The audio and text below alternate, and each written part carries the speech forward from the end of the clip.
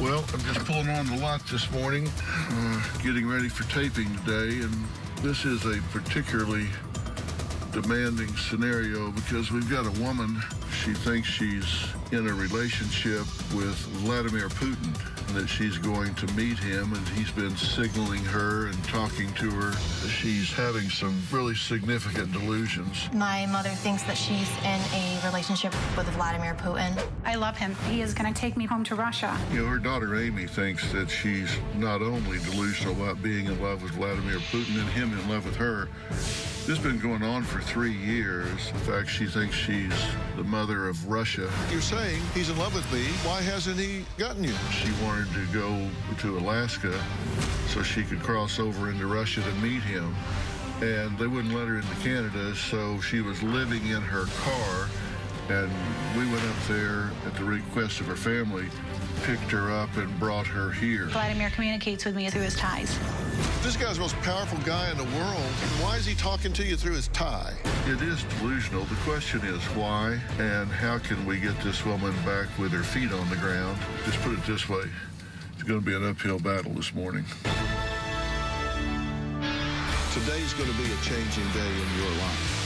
You've never had anybody working harder to bring you to the threshold of change than right now. You might be wondering why I'm standing here in a completely empty studio. Well, it's because my guest today, Jennifer, is dealing with what I and her family believe to be a serious and potentially life-threatening mental illness.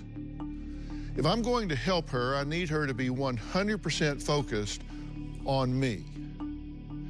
Every guest we have on Dr. Phil, in addition to seeking personal guidance, is a teaching tool. The question for you at home is, how do you know when unusual thinking and behavior has crossed the line from perhaps a passing disturbance or an idiosyncrasy to a mental illness requiring professional intervention? Jennifer's children believe she has crossed that line. They say they first noticed something was seriously wrong with her thinking when she revealed she was engaged to marry Russian President Vladimir Putin. In fact, Jennifer says when she saw this picture of the Russian leader, she knew that she was destined to marry him and become the Queen of Russia. I treat all of my guests with dignity and respect, including those who may have debilitating mental illnesses, however outlandish their expressed beliefs. In addition to helping Jennifer, my hope is that I can respectfully raise awareness about this type of thought disorder, whatever the diagnosis, by educating you at home on how to recognize it when you see it. If you find yourself dealing with similar symptomatology, I want you to know what it is and what to do about it. Jennifer's children say their mother's delusions have gotten so bad that she now believes she stopped President Trump's assassination, terrorist plots, and 4 wars.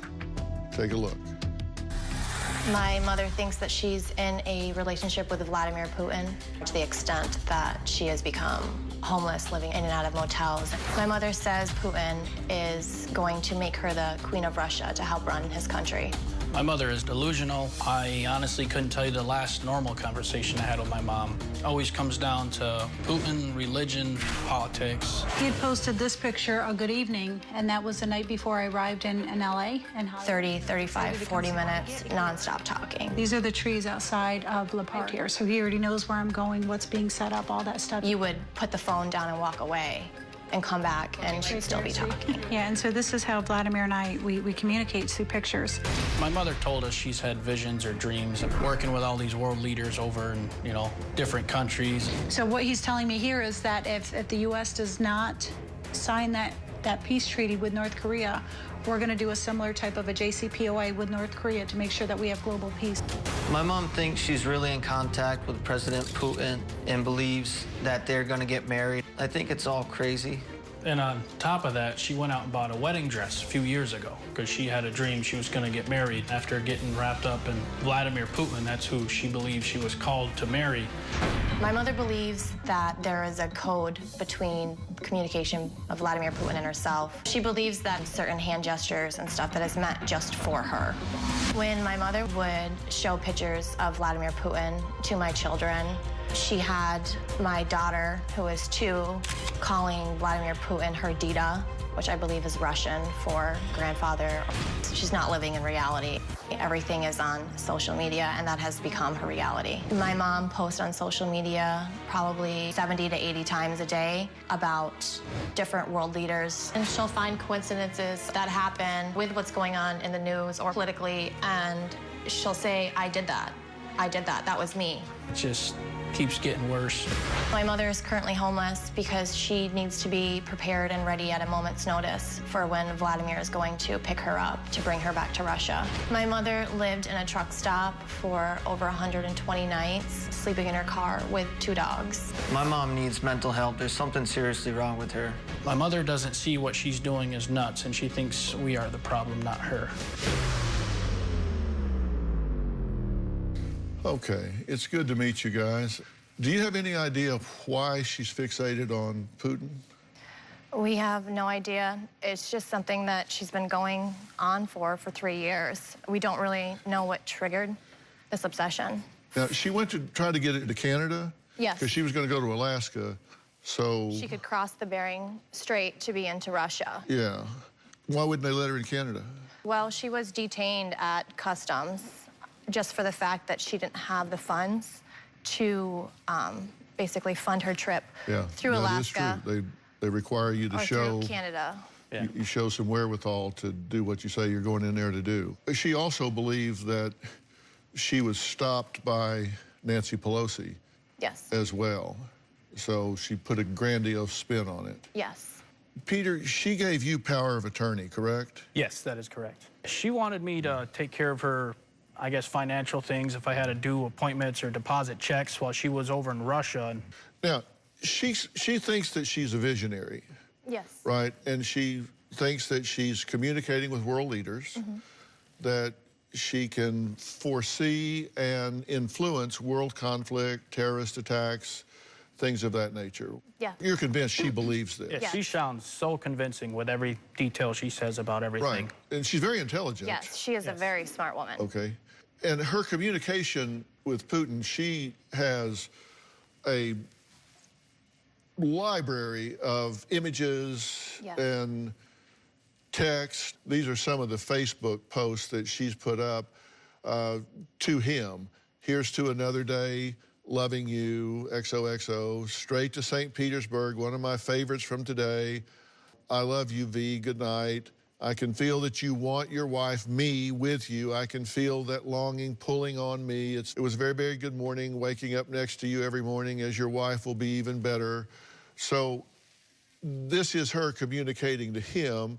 Then she finds images of him just in the media, and she reads something into those, like he was wearing a certain tie, or there's flowers. Isn't it sweet that he put these flowers in, all of this. And that's her reading him communicating back to her. There's a code. Yes. Yes, no matter what picture she'll see of him, she'll find a way to correlate it to Find her. something in there that's a secret message. Yeah. All right, well, we need to meet her. Next, Jennifer admits she's never spoken to, never met, never been in the same room, never even been in the same vicinity of Putin, but claims they communicate through a secret code involving Putin's tie color. She says that he wore a black and white tie recently, which means he's coming to get her. Now, we'll meet Jennifer after the break and let her explain how all of this fits together. We'll be right back. I really can't wait for him to come get me. I feel like I belong in Russia. I can feel when he's thinking about me. Vladimir had posted a picture of him wearing a black quilted jacket, which was similar to the black quilted vest that I planned on wearing. If he asked me, without a doubt, I would marry him. I would. He's my best friend. Tomorrow, mom says her daughter... I'm blamed for being an alcoholic. Whenever I watched a functioning alcoholic my whole life. How many seconds do we have left? is a rebel. You jumped out the window because you were drunk with no clothes on, and we had to call the police. Rebellious? And one You got fired for falling asleep on the lifeguard stand. Yeah, I did. hot mess. You ought to have the world on a string. And instead, you got a smart mouth and a lazy ass. That's tomorrow. Then on Friday, their daughter's 15 and out of control. She steals your car and wrecks it? There's a lot of scratches. You're missing the point. The conversation is, you stole my car. That's Friday.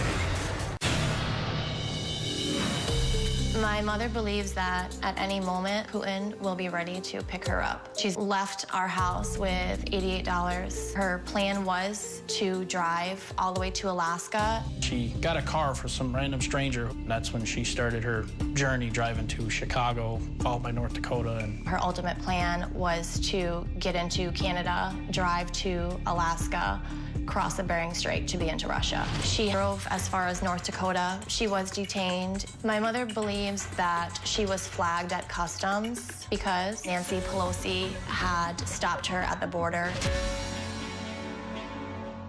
Well, Jennifer says she and Russian President Vladimir Putin are head over heels in love.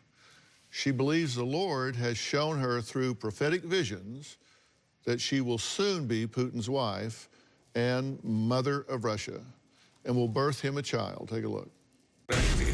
I have a relationship with Vladimir Putin. It started out politically, and from there it started to develop more of a friendship. I'm sorry, I gotta take a minute. I love him. Oh, my screensaver. It's Vladimir praying. If he asked me, without a doubt, I would marry him. I would. He's my best friend. I've actually had visions of him coming in on the presidential plane and me going back to Russia with him. Back when I saw Vladimir wearing the cross necklace, that's when my world stopped. I just felt I had to do everything I could to help him. I really can't wait for him to come get me. This is my fishing pole. This fishing pole is going to Siberia with me fishing, so that's why I'm carrying it with me. I feel like I belong in Russia. We communicate through social media on a daily basis. Vladimir's messing with me right now with what he's posting. One of the ways that Vladimir communicates with me is through his ties. The one picture here with a black tie with the white polka dots, he'll post these photos of the black with the white polka dots, just letting me know that he is going to come and take me back home to Russia. This tie here, the beat tie, which is kind of like my sweater today, and I noticed he would have red lips. And, you know, I'm over here and I'm thinking, is the man catfishing me? What is going on? Right after I asked him, why are your lips red? Are you kissing a lady over there, you know? And right after that, he ended up sharing that he drinks the beet juice with horseradish in it, which was creating the red lips. So now he will wear the beet color tie. He's just letting me know, look, I'm not kissing anybody, it's the beet tie. I can feel when he's thinking about me. Vladimir had posted a picture of him wearing a black quilted jacket, which was similar to the black quilted vest that I planned on wearing. I began having prophecies. I would birth another child. I was having dreams of having this little girl that him and I would have. Actually holding a baby outfit that the Lord had led me to go by and to begin praying over. Vladimir will often post the blue tie with the white polka dots, confirming to me, you know, this is our future. Right now, I'm homeless, and this is a path that brought me into the conditions that I'm in. I got hit with spiritual warfare. You know, when you're coming against evil that I do in this ministry, I get hit and finances will dry up. I have no support from my family, my children. I'm out here shifting militaries and nations and world leaders. I live for an audience of one. That's all that matters to me. Well, how are you? Oh, a lot of different emotions going on right now. Yeah? You said that you're processing a lot of this, and it's just an audience of one. And that's what I wanted today, was an audience of one. Yes, thank you. I want you. Thank you. And me. And your children are here because they love you very much. And they're concerned about you. You're homeless. And y'all are very concerned. That's reasonable, right? Well, it is, but I think the motivation for them being here is not because of concern. I think it's character assassination. I do. And what is it that they get from assassinating the character of their mother?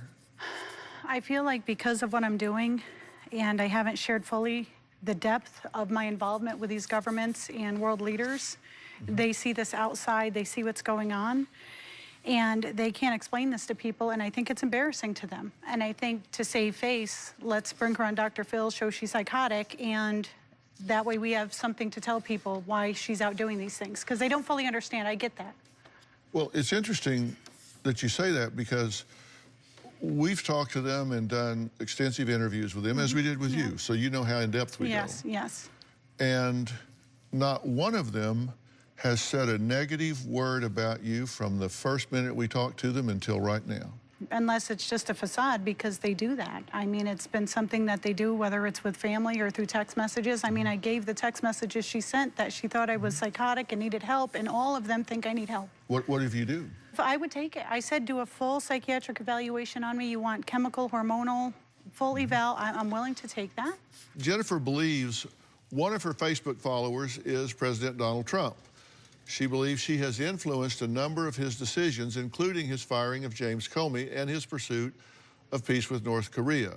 I want to ask her about those things, but I've got a fundamental base question I want to start with when we come back.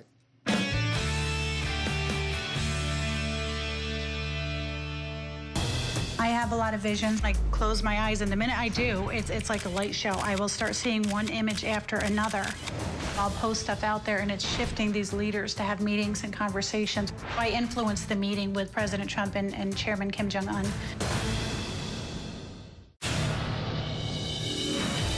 In 2016, I get a call from the Trump campaign in Syracuse, New York. He goes, well, we need a lot of help over here. Can you come help us with the Trump campaign? And when he said that, something in my spirit was like, that this is that prophecy of political influence. I realized at that moment that I needed to use, my spiritual gifts, the prophetic gifts, with this campaign to help President Trump win the election. I feel that my prayer life had protected President Trump during the campaigns. There were 2 different times, and in prayer, I saw people trying to come in either to attempt an assassination, something wasn't right, and I would send an email and warn, and, they would email me back, thank you for the information. Well, Jennifer says while working for the Trump campaign, she realized her mission here on Earth is to share her prophetic visions with world leaders in order to stop wars, assassinations, and spread global peace. All good missions, of course. I have a gift of prophecy. You hear the voice of God to speak to people, but I will oversee conversations. I have a lot of visions. I have a lot of dreams. I see visions with my eyes open, my eyes closed. The way this gift works best is I will post on Facebook or Twitter what the Lord is showing me. Normally, world leaders, other people are seeing that and making decisions to try to intercept the evil I'm seeing coming. I close my eyes, and the minute I do, it's like a light show. I will start seeing one image after another. The world leaders that are following my posts that I'm aware of, 60 to 75% of world leaders, presidents, vice presidents, prime ministers, first ladies, defense ministers, foreign ministers, kings, queens. I can go pray over a nation, and the Lord will show me whether there is a miraculous cure for a disease, or I will see a region and the Lord will show me, there's oil in that region, go ahead and tap into it. I encouraged President Trump to fire former FBI Director James Comey. Trump listens and to the advice and stuff of the Lord through me. I'll post stuff out there, and it's shifting these leaders to have meetings and conversations. I influenced the meeting with President Trump and Chairman Kim Jong-un. A lot of these world leaders, they trust the Lord's wisdom through me for global strategy. I was behind the Iran nuclear deal staying in place. I actually had a dream one night of the warplane in Syria and the whole incident where we ended up striking them. And the next portion of the dream, I saw a terror attack on the London Bridge. I post this on social media. A few days later, there's headlines all over the place. I was sleeping in my granddaughter's bed one night, and I start seeing Washington Post reporter Jamal Khashoggi was murdered in a consulate in Turkey. And it was probably the most graphic vision I've ever had in my entire life. I'm seeing his face. I'm seeing somebody from the Middle East, the rope being used to strangle and choke him. I saw a needle go into his neck. I saw fingers being cut off. I was hearing the screams. I'm just weeping and sobbing that night, and I'm posting and posting. Every piece I'm seeing, I'm posting on social media, and I just wanted to bury my head in Vladimir's chest. Nick, I get the feeling you're hearing some of this for the first time. Yeah. What, it's disturbing. It's, it almost sickens me to hear this. I miss my mom. I wish I had her in my life, my kid's life, and just seeing her go down this path is upsetting. You miss me, but you didn't have me at your wedding, and you had my sister I didn't talk to since 2012 perform your wedding ceremony. That's how much you miss me. I'm not invited to your wedding. You miss me. You've been invited to I was everything. never invited. You no, pushed You us have all been away, invited Mom. to over backwards everything. and apologized to you. I You choose not to repented come, of and you everything. choose not to be a no, part of because you guys anything. had taken away my position as mom. I am still your mother. But Shouldn't you have you your be mother, blessed you that have there's your more than one stepmom, mother you to have love this- your children no, and no. take care of But your the bottom children? line is you guys have put so many people in my place in your life. You pushed me out, whether it's my sister, your stepmom, all these other people. I can't help the You're gifts jealous I have. if we talk to anyone else. It's not that. Yes, it It's is. not that. You If we don't go to include you, me. you get upset. You don't include me. We used to be close. You guys pulled away from the Lord. I didn't. Your son is down here and obviously in pain about this, and you have no reaction to that whatsoever. Well, I'm bothered by that. He's telling you that he is disturbed by what he's seeing. He misses his mother, and your reaction is to be a right fighter. You have your son in front of you in pain, and you totally dismiss it. Are you that cold? I'm not. You can't go out and solve the world's problems and not tend to your own family. I think it is damn disrespectful for you to talk about how you see everything that's happened with the killing and dismemberment in the embassy over here. It's pretty easy to prophesy something after it happened. All of your posts were 2 weeks after it happened. And then pieces of what I saw started coming out in the news. None of that stuff was public. See, this is all you care about. What about your kids, your grandkids? I am so tired of being hurt by everybody. Would you agree that Vladimir Putin is one of the most powerful men in the world? I do. If he's in love with you, why has he never met you?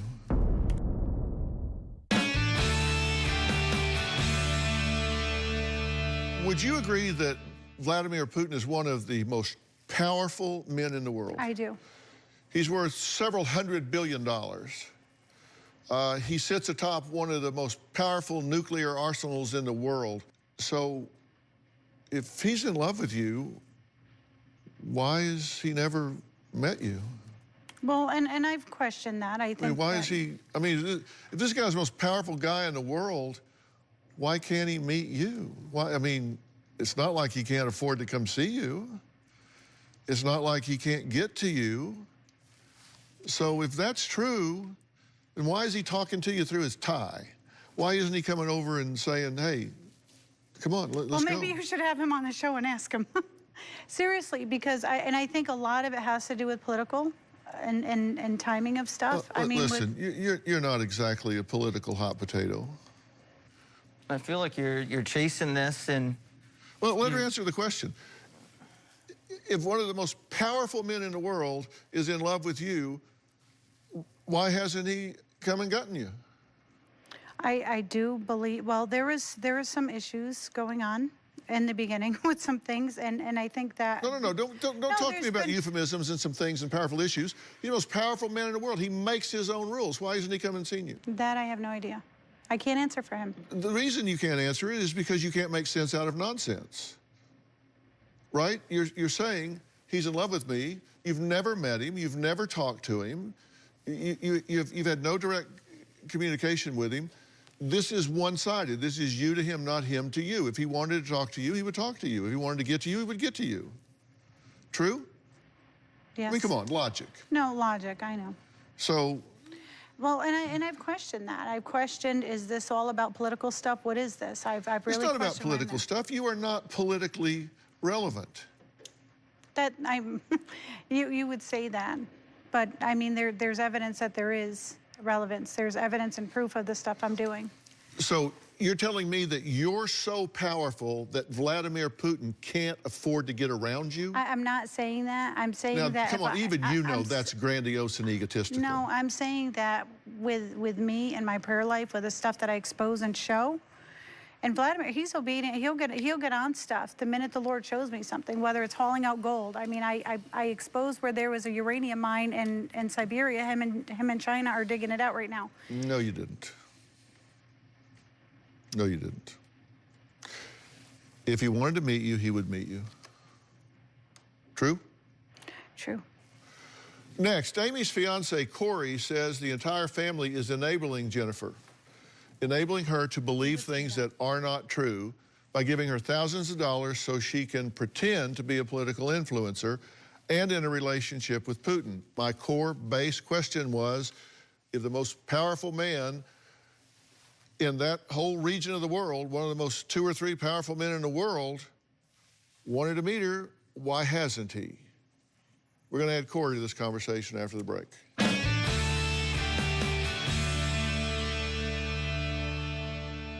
She does not have the gift of vision she thinks she has. Amy, Peter, and Nick have confronted her numerous times. And there was a lot of enabling going on in the family, with helping her out with money. I believe she's a scam artist. Having the strong prophetic mantle that I do, when people have been intimate, and I have this thing, I started recognizing it with my teenage daughters. And if they had a boyfriend, like I would look at them and it was almost like I would see their boyfriend's face morph into theirs and then go back out again. And I began wondering, like, why am I seeing that? And then the Lord revealed to me they've been sexually intimate. Amy's fiance, Corey, says it's time to stop enabling Jennifer and allowing her to live in what he believes is a fantasy. Corey says enough is enough, and until Jennifer seeks mental help, from Corey, it's time for the family to step back. Take a look. I don't agree with the way that Jennifer's living her life. She needs help. She's selfish. A few years back, she'd get some money, and she'd go get her nails done, her hair done, when the kids needed food, needed stuff for the house. She lives in a fantasy land, thinking she sees visions that are going to come true, thinking she's with somebody she's not. Yeah, Jen speaks of Vladimir Putin every hour. She does not have the gift of vision she thinks she has. When I met Jen 12 years ago, she seemed to be stable. Jen spiraled out of control after her 3rd marriage. Amy, Peter, and Nick have confronted her numerous times, and she thinks she doesn't have a problem. She thinks she's completely normal. There was a lot of enabling going on in the family, with helping her out with money. I believe she's a scam artist, but just doesn't tell anybody. And she just thinks it's God working through her. I feel like Amy and her brothers should cut Jen off. When Jennifer came to live with us, I knew it wasn't going to be good. I didn't want Jennifer to move in, but it is Amy's mom, so I wanted to be supportive. Jennifer living with us put a lot of strain on our relationship. Just spiraled down from there.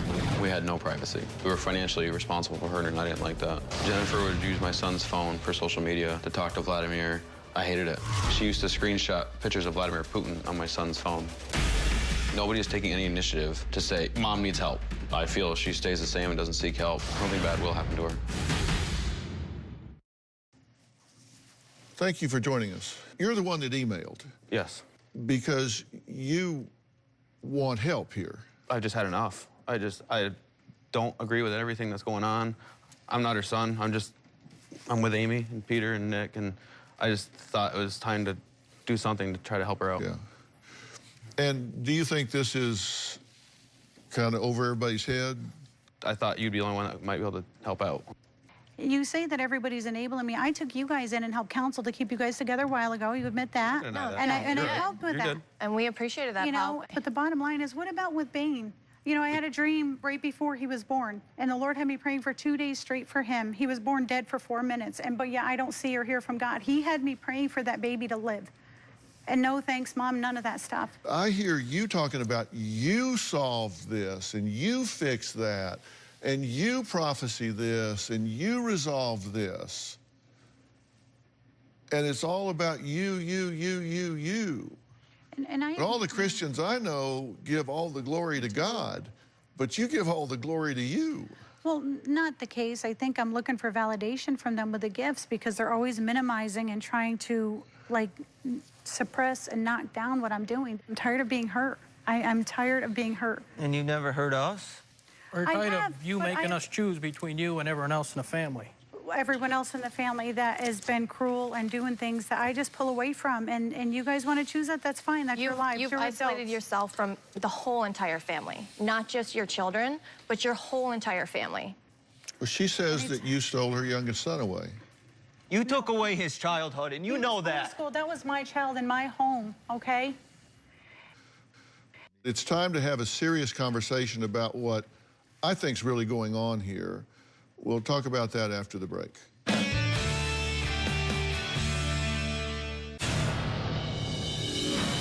I was was diagnosed with PTSD from a prolonged series of childhood neglects and abuses. There was some molestation that went on, verbal abuse, a lot of physical abuse growing up. Some of these older males that were inappropriate with me when I was a little girl. My mother lied about the paternity of my father, so I grew up thinking my dad is dead. I have a hard time trusting people. I have all this stuff I'm doing out here on the global stage, you know, working with and love with the president of Russia, and yet I have this family saying that, why would God use you, and trying to impose that you're not worthy enough, you're not good enough to be doing these things. It's extremely hurtful. Like, I can't deal with the pain of that. I don't want to, and that's why I go solo and just cut everybody out of my life.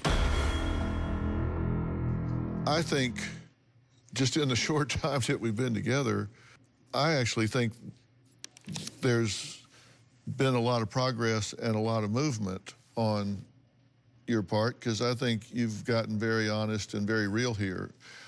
Because if you've noticed, there's not been a lot of the filibustering about global warfare and all of that, but what she has talked about is the fact that she's really hurt. Oh, yeah. I feel like these are not mine, because I can't imagine kids doing stuff to their mom that these guys do. And it's hard. They're my kids, I love them, but I don't know if there's any repair. I think when you were growing up, I think there have been some really unresolved conflicts in your life. I think you spent a lot of years being lied to about who your father was. I think that you were really violated when you were 14 years old. And you make out like it wasn't that big a deal to you, but you did try to take your own life after that. May I speak candidly about this? Your mother was raped when she was 14 by 3 different people. And this was never really tended to. Yeah. Some of these things can be so painful that we really do seek escapism. You mentioned fantasy. Yeah. That's exactly right. Sometimes life can get so difficult that you really do try to find some way to, you know, you call it daydreaming, and sometimes it gets so chronic that we start to live in this daydream world. You get into erotomania. And erotomania, which often shows up in this type of psychosis, occurs when there's a delusion that an individual firmly but mistakenly believes that someone else is in love with them. And often it's a famous person, despite minimal or no real contact. And the evidence to support the delusional connection is typically found in hidden meanings or gestures. I think you deserved a lot better help than none when some of these things happen to you. And I think you have some very open wounds that you're dealing with the only way you know how, which is just try to escape them. With this stuff with Vladimir, I have questioned in the back of my mind what's going on. Was it to destabilize, to try to get into our system here? Mm-hmm. Well, that's very grandiose distortion, because if somebody was going to try to find an entry into our system, it wouldn't be a lady living in her car in North Dakota. So what's to be done here? I'm going to give my thoughts, and I'm going to take her up on an offer she made to me at the very beginning. We'll be right back. She said you are willing to undergo every kind of evaluation to get answers and find out if you've got goggles on that are distorting the world. Absolutely. And I'm going to take you up on that. There are 2 people that I admire greatly in this profession, and they're right here. I want to introduce Creative Care founder, Dr. Mortiza Kaligi, and clinical director, Dr. Farah Kaligi. They know each other. And they're here from Creative Care Calabasas, which is a very intimate 6-bed facility. We're not talking about some big hospital somewhere. They're located on a private wooded acre property in Malibu Canyon, and the facility is set beneath the canopy of a 100-year oaks and located between the Santa Monica Mountains and the Pacific Ocean. And I mean, it's just beautiful out there. It offers full psychiatric and psychological assessment and treatment, if appropriate, by top-notch doctors and therapists and round-the-clock nurses to ensure that every client that's there gets the one-on-one monitoring and attention to get to the answers that they need. And we know that you have some unresolved issues, so this can do nothing but help you. And Dr. Skaligi, do y'all believe that you can help Jennifer here to get to a more comfortable place in her life? Well, without a doubt. Just like you said, the first thing is to do an evaluation, a very thorough psychological, psychiatric assessment. I think what you've developed is a system to really deal with all of the life stress. No, and I'm definitely open to going into that. My thing is, and again, I started getting the dogs. Like, I want to take them with me. We'll work that out, and you'll be able to see your dogs. That's not an issue. You said you would. You're either going to, or you're gonna go back on your word and not do it. No, I will go. I want to thank all of my guests today, and a special thanks to Creative Care founder. Thank you so much, Dr. Kaligi, and Clinical Director, Dr. Farah Kaligi. Thank you so much, you guys, for being here. For more information about today's show, log on to drphil.com. You can follow me on Facebook, Instagram, Twitter, and speaking of Twitter, check out what Dr. Phil superfan Zach wrote. I have an unhealthy obsession with Dr. Phil. Well, watch Dr. Phil, maybe I'll tell you how to get over that. I read all your comments on Facebook and Twitter, so keep them coming. I appreciate it. We'll see you next time.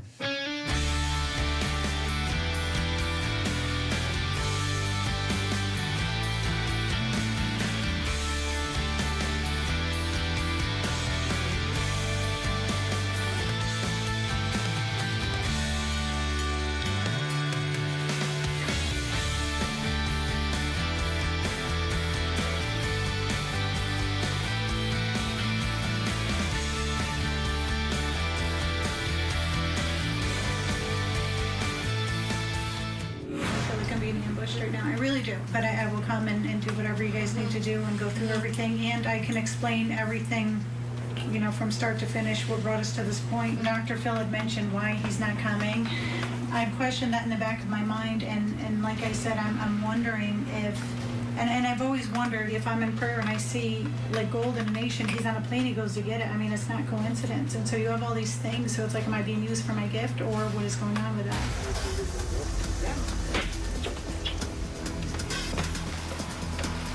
I think the stuff with my kids, I'm done. I want nothing to do with them anymore. And I just feel like it was all this phony, oh, we love her, we're concerned, this and that, when there's stuff going on behind the scenes, and that does not portray how they've treated me. I'm concerned about being separated from the dogs. We've never been separated, and I do. I mean, I actually love my dogs more than my children, which is sad, but they don't put me through the hell my kids have.